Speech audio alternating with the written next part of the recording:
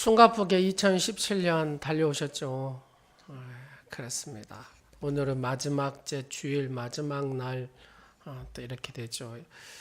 송구영신 예배 오늘 주일 또 오후 11시에 저녁에 또 드립니다. 그래서 오늘 수고하셨습니다. 참 잘하셨습니다가 설교 제목입니다. 유명한 거장 화가인 미켈란젤로가 시스티나 채플 천장 벽화에 천지 창조, 인간 타락, 노아 이야기, 프레스코를 이렇게 거의 완성할 때에 1524년의 경의 일이었습니다. 작품은 이제 끝난 것으로 보여졌습니다. 그러나 그는 아직도 천장을 향해서 마지막 이 붓터치를 위한 손질을 계속하고 있는 겁니다. 미켈란젤로를 도와서 함께 그렸던 조수들이 이렇게 봐도 다 완성이 됐는데 선생님이 이 미켈란젤로가 계속해서 이 붓을 터치를 하고 있는 겁니다. 그래서 조수가 물어봤대요. 선생님, 이제 끝나지 않았습니까? 이렇게요. 그래서 미켈란젤로가 이렇게 얘기했답니다. 자네 눈에는 끝난 것으로 보이나 내 눈에는 아직 끝나지 않았네. 그리고 몇 달째 계속해서 그리는 겁니다. 마침내 이제 작품이 다 완성되었다 싶어서 또 이 조수가 물어보는 겁니다. 이제는 다 끝나지 않았습니까? 미켈란젤로는 유명한 이런 말을 남깁니다. 내 눈에는 끝났는데 주님 보시기에 어떨지 모르지 라고 말입니다. 주님 보시기에 어떨지 모르지. 여러분 눈에는 끝나는가 몰라도 주님 보시기에 어떨지 모른다는 얘기입니다. 한 해를 결산하는 순간입니다. 우리는 언젠가 우리의 일생을 결산합니다. 또 마지막 순간을 맞이하게 됩니다. 일생을 결산할 때에 중요한 질문 하나가 있습니다. 그것은 누구 관점에서, 그죠? 누구의 관점에서 내 인생을, 내 일생을 평가해야 하는가 하는 것입니다. 오늘 본문 3절 말씀에 보면 사도 바울이 이렇게 고백합니다. 나도 나를 판단하지 아니하노니. 그죠? 다 같이 한번 했습니다. 나도 나를 판단하지 아니하노니. 예. 나도 나를 판단하지 아니한다라고 얘기합니다. 자, 첫 번째로. 나의 일생과 나의 인생 2017년을 쭉 돌아보면서 자신의 관점에서 어떤 것이든 평가하지 말라 그 말입니다. 나도 나를 판단하지 아니하노니 그러잖아요. 나의 관점, 자신의 관점에서 어떤 것도 뭐 하지 말라고요? 판단하지 말아라 그 말입니다. 나의 관점에서 평가한 그 결산은 올바른 평가와 결산이 될 수가 없다라는 겁니다. 자기의 인생에 대한 평가를 자신의 관점에서 보고 자신의 입장에서 판단하고 자신의 생각대로 평가하는 것은 적합하지 않다라는 얘기입니다. 사람들이 자신의 잣대로 자기의 판단 기준으로 자기 스스로를 평가하게 되면 극단적 경향에 빠질 수가 있더라고 말입니다. 아, 나는 안 돼 하면서 뭐합니까? 자살하는 경우가 있잖아요. 자학에 빠져서 인생을 포기해버리는 사람도 있습니다. 자신을 비관해서 인생의 끝으로 달려가 버릴 수도 있습니다. 또 다른 하나는 자기의 관점에서 자기를 평가하다 보면 교만해지기 쉽다라는 얘기입니다. 그래서 바울 사도도 이런 고백을 한 거죠. 나도 나를 판단하지 아니하노니. 본문 4절 말씀에 보면 4절에 이렇게 얘기하죠. 내가 자책할 아무것도 깨닫지 못하나 내가 자책할 아무것도 깨닫지 못하나 이로 말미암아 의롭다함을 얻지 못하느니라. 이게 무슨 뜻이냐면요. 내가 자책할 아무것도 깨닫지 못한다. 양심의 가책을 받는 것은 없으나 그 말입니다. 양심의 가책을 받는 것은 없으나 나는 죄인이다 그 말입니다. 내가 스스로 나를 생각했을 때 사도 바울이 양심에 가책받은 것은 없다고 말하면 그렇게 떳떳하게 살았다고 말해요. 사도 바울이 어떻게 합니까? 예수 믿는 거.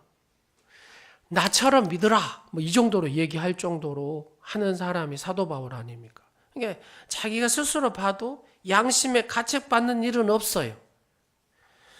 그렇다고 제가 없는 것은 아니다. 지금 그 얘기거든요. 그러면서 마지막 끝자락에 뭐라고 합니까? 4절 말씀의 마지막 끝자락에 보면은 오늘 본문에 다만 나를 심판하실 이는 누구라 그래요? 주시니라 이렇게 얘기합니다. 탈무드에 보면 이런 얘기가 있어요. 어떤 한 사람이 랍비, 탈무드 보면 유대인의 최고의 사람을 랍비라 그래요. 최고의 선생님을 랍비라고 합니다. 그러니까 정말로 유대인들은 우리나라 같으면은 인기 연예인들, 예를 들어서 방탄소년단 하면은 세계적인 뭐 인기를 갖고 있잖아요. 그러니까 청소년들이 이 방탄소년의 거울 그 사진들을 갖다가 자기 막 방에다가 다 붙여놓을 거 아닙니까? 근데 유대인들은 어렸을 때부터 이 랍비의 얼굴을 붙여놓는답니다. 랍비의 얼굴. 그러니까 이 랍비가 얼마나 유명이냐 하는 것을 우리가 잘 알 수가 있죠. 최고의 지혜자, 그렇죠? 최고의 지혜자를 존중한다는 겁니다. 그러니까 좀 차원이 달라요. 연예인들 이렇게 붙여놓은 게 아니라 최고의 지혜자의 얼굴을 붙여놓고 그를 닮아가기 위해서 탈무드를 외우고 죄 토라 모세 오경을 달달달달 외운다는 겁니다.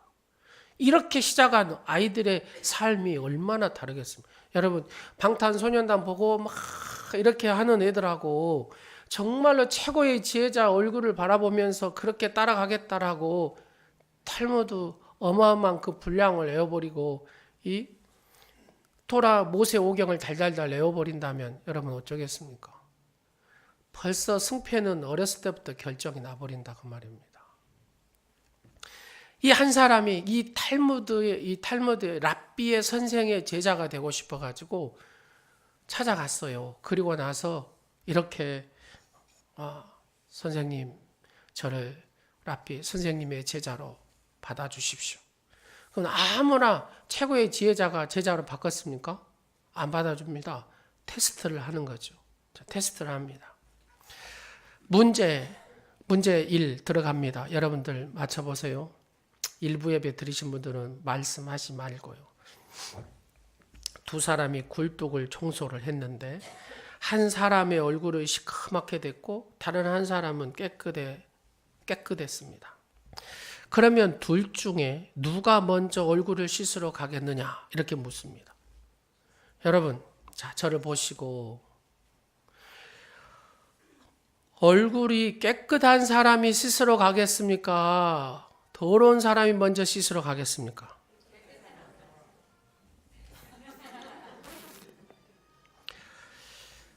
얼굴이 더러운 사람은 상대방이 어째요? 깨끗하니까 자기도 깨끗한 줄 알고 어째요? 씻지 않아요. 근데 깨끗한 사람은 상대방이 보니까 어째요? 얼굴이 더러워요. 그러니까 자기도 더러운 줄 알고 가서 어째요? 씻으러 갔다 그 말입니다. 근데 또 이렇게 이제 틀렸어요. 묻습니다. 이제 열심히 회에 가서 공부하고 해가지고 랍비 선생님 저를 제자로 받아주십시오. 제가 준비가 됐습니다. 또 테스트를 하는 겁니다. 랍비가 똑같은 문제를 냅니다. 그는 자신 있게 얼굴이 깨끗한 사람이 얼굴을 씻으러 간다라고 이제 이렇게 얘기를 합니다. 그러자 랍비는 그래서 너는 내 제자가 될 수가 없다라고 얘기합니다. 자, 얼굴이 더러운 사람은 일을 어째요? 열심히 했기 때문에 씻으러 간다는 겁니다. 깨끗한 사람은 어째요? 일을 별로 안 해서 씻지 않는다는 얘기입니다. 자, 첫 번째 질문하고 두 번째 질문하고 차이가 있습니다. 그렇죠? 당연히 더러운 사람이 첫 번째는 달려갈 줄 알았는데 그게 아니었어요. 그잖아요. 깨끗한 사람이 상대방의 더러운 모습을 보고 먼저 달려갔다라고 해요. 답이 나왔습니다. 두 번째 테스트할 때는 이 사람이 실력을 갖추고 왔는데 자신 있게 내 얼굴이 깨끗한 사람 바로 이 사람이 갑니다라고 얘기하니까 또 랍비 선생님 답이 다른 거예요. 얼굴이 더러운 사람은 열심히 일했기 때문에 어째요? 먼저 씻으러 갔다라고 얘기를 합니다. 자, 이렇게 해도 저렇게 해도 내가 아무리 의롭고 열심히 했다고 스스로 주장을 한다 그 말입니다. 그죠? 그것으로 내가 의롭다, 참 잘했다 이렇게 마지막으로 판단할 수가 없다라는 겁니다. 왜요? 자기 관점에서는 이게 잘한 것 같은데 그게 어째요? 또 잘한 것이 가만히 보니까 아니더라는 얘기입니다. 또한 내 스스로 지난 한 해를 잘못 살았다고 나는 너무 잘못 살았어 그렇게 하고 후회하고 자학하고 비관에 빠질 필요도 없다라는 겁니다. 또 그렇게 또 결과적으로 보니까 그것도 아니더라는 얘기입니다. 그렇습니다. 내 인생의 판단에 있어서 자기 자신의 관점에서만 나를 판단하는 것, 그것은 매우 위험스러운 일이다 그 말입니다. 그러므로 바울은 자기 관점에서 본 자기의 인생과 평가와 이 결산은 바람직하지 않다는 겁니다. 여러분 스스로 자신의 관점에서 여러분의 인생을 뭐 하지 말라고요? 평가하지 말고 판단하지 말라라고 얘기합니다. 두 번째로 그러면 사도 바울은 이런 얘기도 하거든요. 타인의 관점에서 본 평가와 결산도 바람직하지 않다라고 얘기합니다. 첫 번째는 자신의 관점, 두 번째는 타인의 관점에서도 평가하는 것이 바람직하지 않다는 얘기입니다. 인생의 삶을 살면서 나를 위해서 충고해 줄 사람이 필요합니다. 내 약점을 알면서 비판을 위한 비판이 아니라 따뜻하게 내 마음을 알고 나를 세워줄 줄 아는 사람, 이런 격려자, 이런 충고자, 이런 위로자가 진정 필요하지요. 우리는 겸허히 그들의 말에 귀를 기울여 진정 그 충고를 들을 필요가 있습니다. 그러나 그것은 그냥 참고사항이지 내 인생에 대한 마지막 판단으로 받아들여서는 안 된다라는 얘기입니다. 왜냐하면 내가 나를 판단하는 것이 잘못될 수 있는 것처럼 이웃이 나를 판단하는 것도 잘못될 수가 있다. 편견을 가질 수도 있고 오차를 낼 수도 있다 그 말입니다. 자, 저를 한번 보세요. 예를 들어서 우리 곽정자 권사님을 제가 봐요. 권사님 다 보면 권사님은 왜 이렇게 악하냐고 내가 이렇게 얘기했다 그 말입니다. 근데 뒤로 보니까 권사님이 어째요? 아주 그냥 힘차게 살았어. 힘차게 살아서 뭐 했어요? 어려운 사람들을 이렇게 도와주고 남모르게 이렇게 했다 그 말입니다. 자, 예를 들어서 겉으로 보는 곽정자 권사님은 내가 봤을 때 어째요? 아주 어째요? 싸납고 고약스럽고 그랬다 그 말입니다. 근데 그렇게 한 이유는 뭐였어요? 정말로 악착같이 내가 벌어서 정말로 아름다운 일을 이렇게 했다. 그러면 제 평가가 옳았어요? 그런 겁니까? 잘못된 거잖아요. 그럴 수 있다 그 말입니다. 이해하시겠습니까? 나를 향한 이웃의 평가와 판단, 그것은 결코 마지막 판단의 증거가 될 수가 없다 그 말입니다. 그래서 우리가 이웃을 판단할 때도 참으로 어째요? 조심해야 된다 그 말입니다. 옆 사람 한번 이렇게 보세요. 예. 자, 조심해야 됩니다. 시작. 예. 조심하고 또 조심해야 된다 그 말입니다. 성경은 그렇게 가르칩니다. 마태복음 7장 1절과 2절 말씀을 보도록 하겠습니다. 시작. 비판을 받지 아니하려거든 비판하지 말라. 너희가 비판하는 그 비판은 너희가 비판을 받을 것이요 너희가 헤아리는 그 헤아림으로 너희가 헤아림을 받을 것이니라.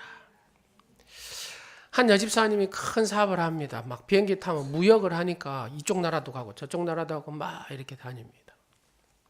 근데 이분이 이제 비행기를 타다 보면은 뭐 딜레이 돼가지고 연착할 수도 있고 막 그러잖아요.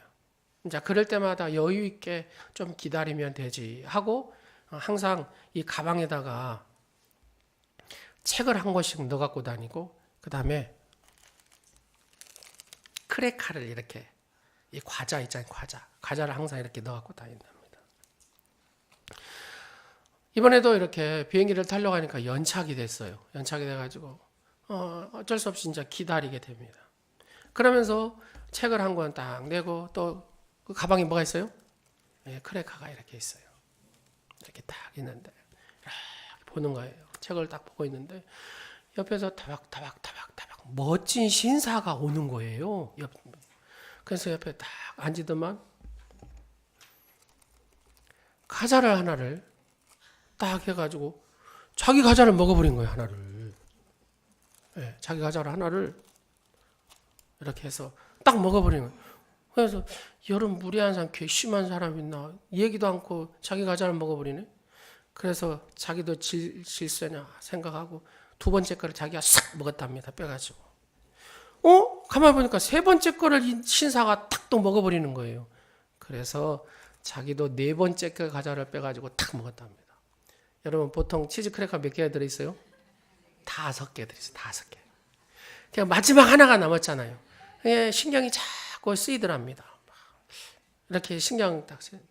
아니나 다를까 5번째 과자도 이 신사가 딱 빼더랍니다. 딱 들지만은 반쪽을 갖다가 딱 놓더만 반절을 딱 먹고 반절에다 딱 놔두더래요.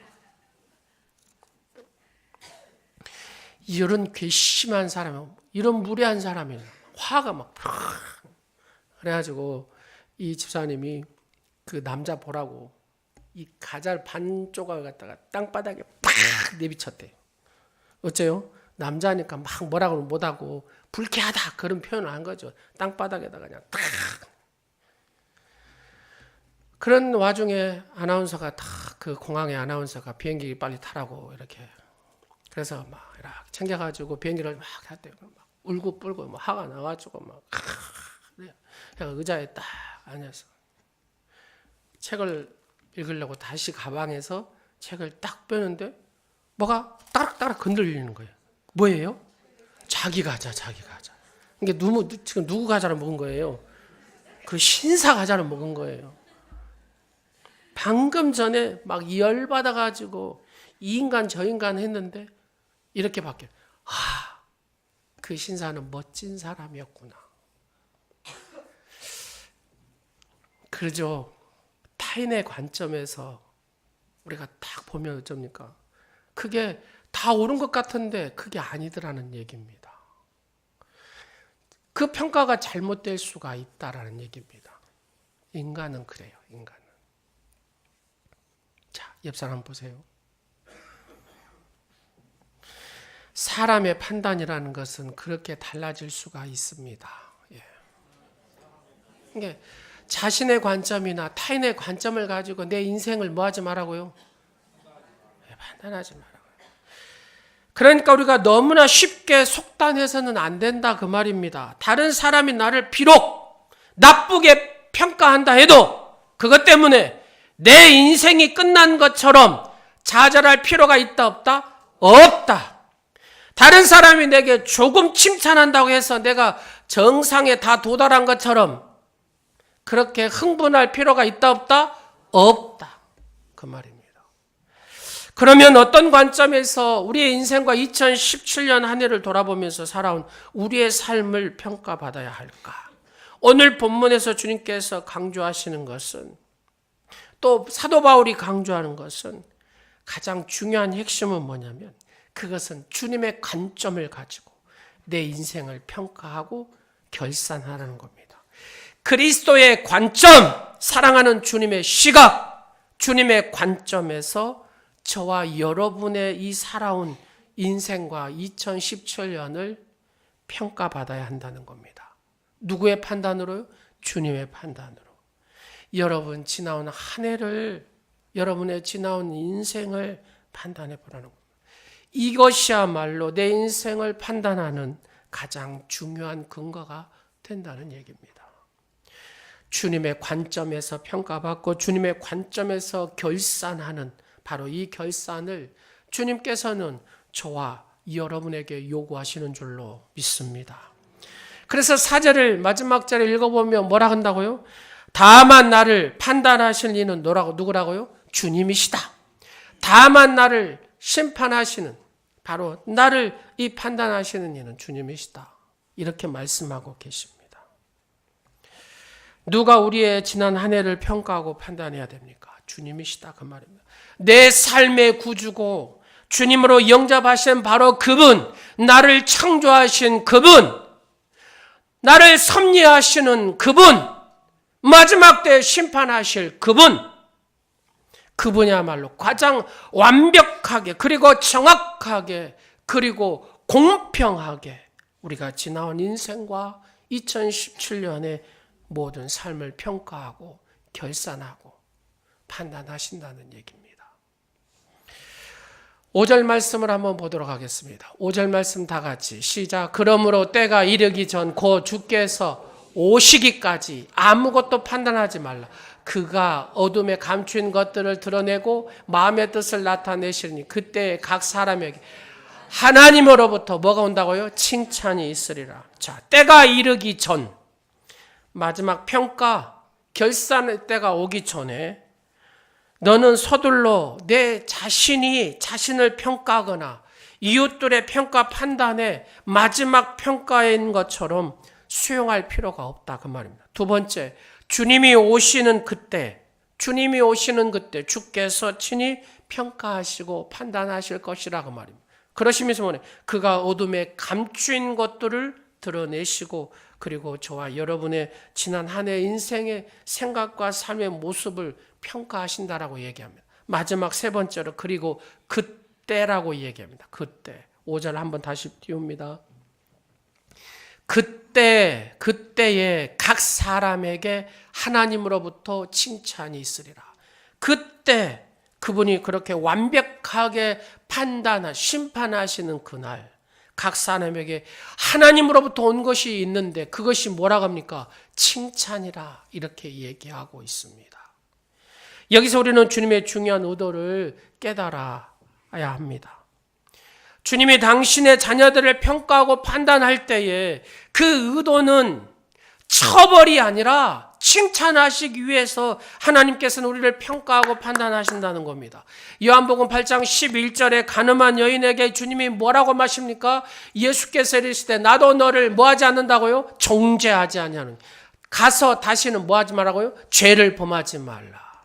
여러분, 요한복음 21장에 다 버리고 고기잡이 하러 업으로 돌아가 버린 시몬 베드로에게 예수님이 찾아가셨습니다. 그를 꾸짖으셨습니까? 아닙니다.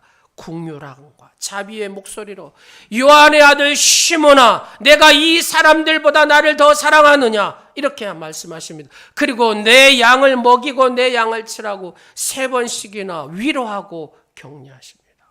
그렇습니다. 주님이 우리를 판단하실 때 그분의 마지막 의도는 우리를 처벌하고 우리를 징계하고 우리를 심판하시기 위함이 아니라 우리를 뭐 하시기 위함입니까? 칭찬하시기 위함이다, 그 말입니다. 남편과 아내가 꼭 필요한 4가지 언약 보약이 있습니다. 꿈 같은 결혼 생활을 하지요. 세월이 지나면서 점점 태색해지기 시작합니다. 왜냐하면 멀리서 보던 아름다움과 매력이 서서히 사라지고 현실을 보기 때문에 그렇습니다. 부부가 서로 섬기려는 배필이 아니라 서로에게 바라는 배필이 될 때에 꿈은 점점 허물어지고 실망과 아픔만이 가슴을 저미게 만듭니다.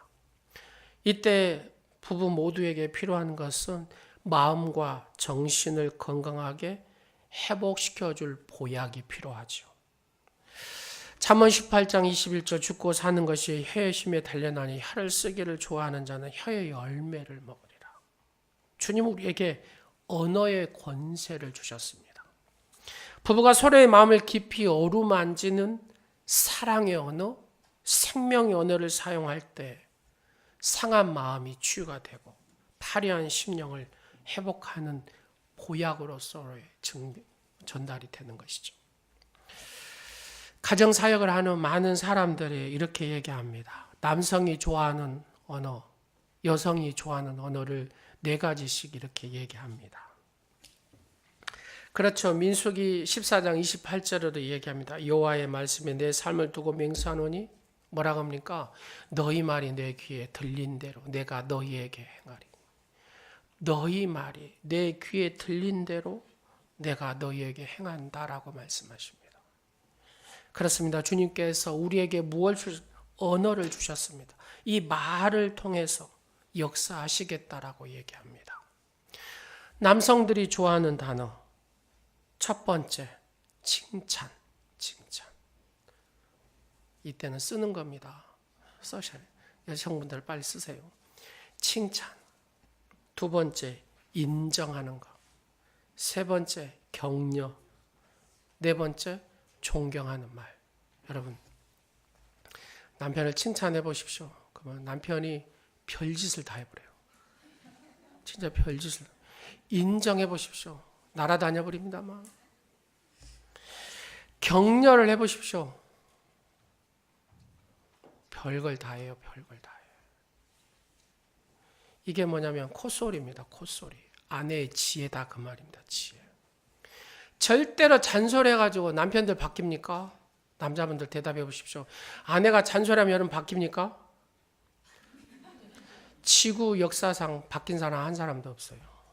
없어요. 절대로 잔소리는 안 바뀝니다. 근데 칭찬하고 인정하고 격려하고 바로 이 존경의 말을 쓰면 남자는 바뀌어요.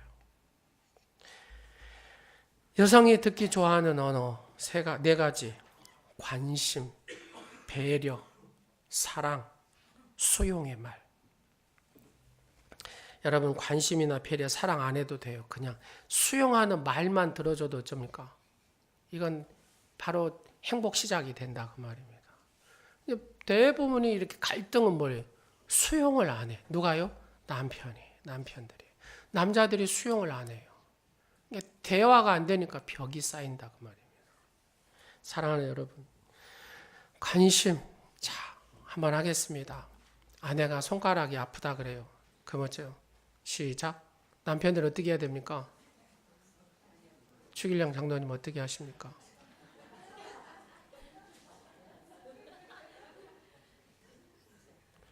다른 거 필요 없어요. 그냥 주물러 주면 돼요. 손 이렇게만 해주면 된다고 말이에요.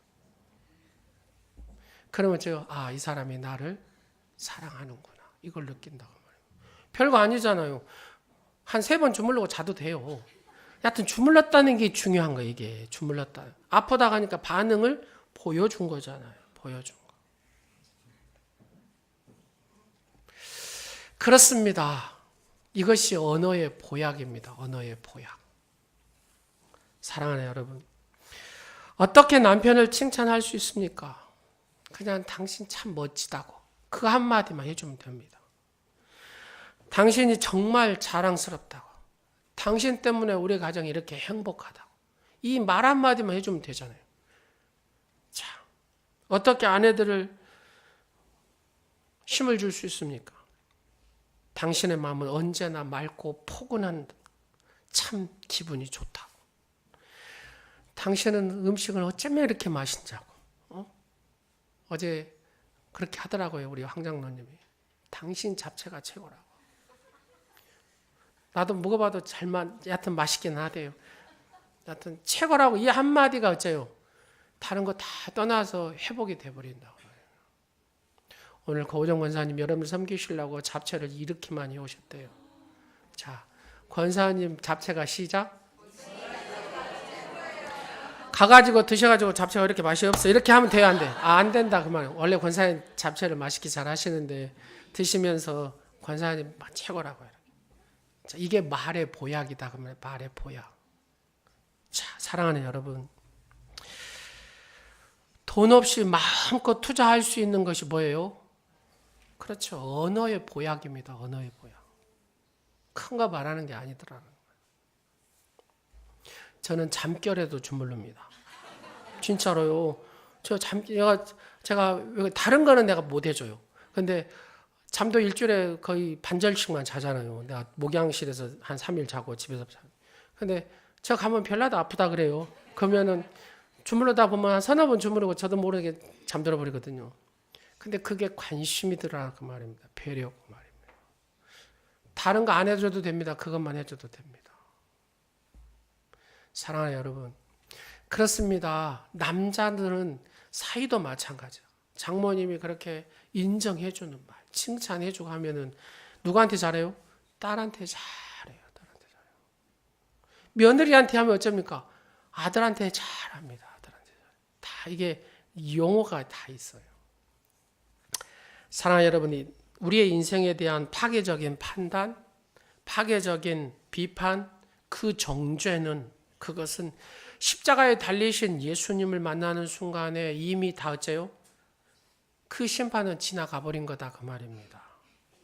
그러므로 이제 그리스도 예수 안에 있는 자에게는 결코 뭐가 없어요? 정죄함이 없어요. 그래서 우리의 입술에서 뭐가 나오면 안 됩니까? 판단, 비판, 정죄가 나오면 안 되는 겁니다. 우리는 예수 그리스도의 십자가, 예수님이 다 이루셨다고 하는데 왜 내가 다시 끌고 와가지고 판단하고 비판하고 정죄합니까? 근데 그 판단이, 그 비판이, 그 정죄가 옳았냐? 그게 아니더라는 얘기입니다. 자신의 관점이나 타인의 관점에서 봐도 그게 100% 정답은 아니더라 그 말입니다. 하나님의 관점, 주님의 관점에서 본 것만이 정답이다 그 말입니다. 사랑하는 여러분, 우리는 지난 한 해를 얼마나 힘들게 달려왔습니까? 한숨도 좌절도 이제는 멀어져 가고 있습니다. 아쉬움도 가슴 아팠던 일도 모든 껍데기들도 저만큼 꼬리를 감추고 있습니다. 오로지 가슴 벅찬 희망만이 2018년만이 이렇게 우리에게 다가옵니다. 그리고 주님께서 2018년 그 앞에서 이렇게 손짓을 하십니다. 사랑하는 딸들아 하더라. 내가 기다리고 있다. 이와 일에 준비하고 있다. 희망찬 그 마음으로 달려오라고 말씀하십니다. 주님은 저와 여러분을 향해서 지금 이 시간 채찍을 드시는 것이 아니라 그래 한 해 동안 수고했다. 힘들었지라고 위로하고 사랑하는 자들아. 다시 한번 열심히 최선을 다해보라고 격려하십니다. 우리 주님은 우리를 칭찬하고 싶어 하십니다. 우리 주님은 우리를 영광스럽게 하고 싶어 하십니다. 우리 주님은 우리를 존귀하게 하고 싶어 하십니다. 우리 주님은 우리를 위로하고 우리를 격려하고 싶어 하신다는 얘기입니다. 주님은 우리를 칭찬하고 영광스럽게 하고 존귀하게 하고 위로하고 격려하고 칭찬하시는 그 주님의 음성을 듣고 사는 존재가 여러분과 저다 그 말입니다. 그러면 우리는 어떻게 살아야 됩니까? 우리도 함께 위로하고 격려하고 칭찬하자 그 말입니다. 그것을 내 마음에 다지자 그 말입니다. 다 같이 우리 옆 사람 함께 인사하겠습니다. 수고하셨습니다. 참 잘하셨습니다.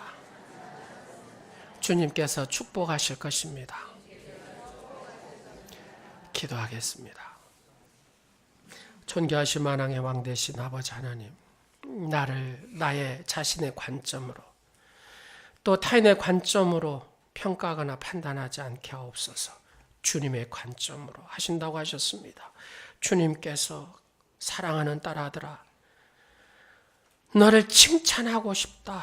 영광스럽게 하고 싶다. 존귀하게 하고 싶다. 내가 너를 위로한다. 격려한다. 힘을 내라. 내가 너와 함께한다.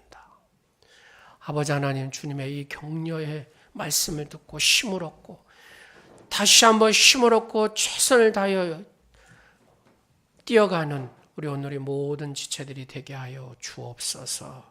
예수님의 이름으로 기도드립니다. 아멘. 축복합니다. 우리 박수 한번 치면서 하겠습니다. 축복합니다. 축복합니다. 주님의 이름 주님의 이름으로 축복합니다. 축복합니다. 주님의 사랑으로 이곳에 모인 주의 거룩한 자녀에게 주님의 기쁨과 주님의 사랑이 충만하게 넘치기를. God bless you.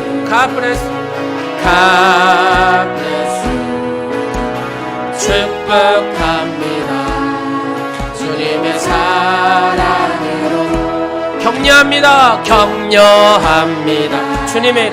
주님의 이름으로 격려합니다. 주님의 사랑으로 이곳에 모인 주의 거룩한 자녀에게 주님의 기쁨과 주님의 사랑이 충만하게 넘치기를. God bless you.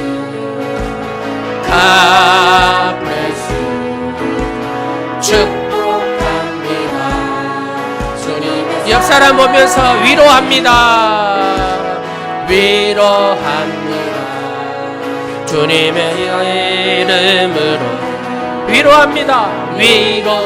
주님의 사랑으로 주님의 사랑 이곳에 모인 주의 거룩한 자녀에게 주님의 기쁨과 주님의 사랑이 충만하게 넘치기를. God bless you. 축복합니다.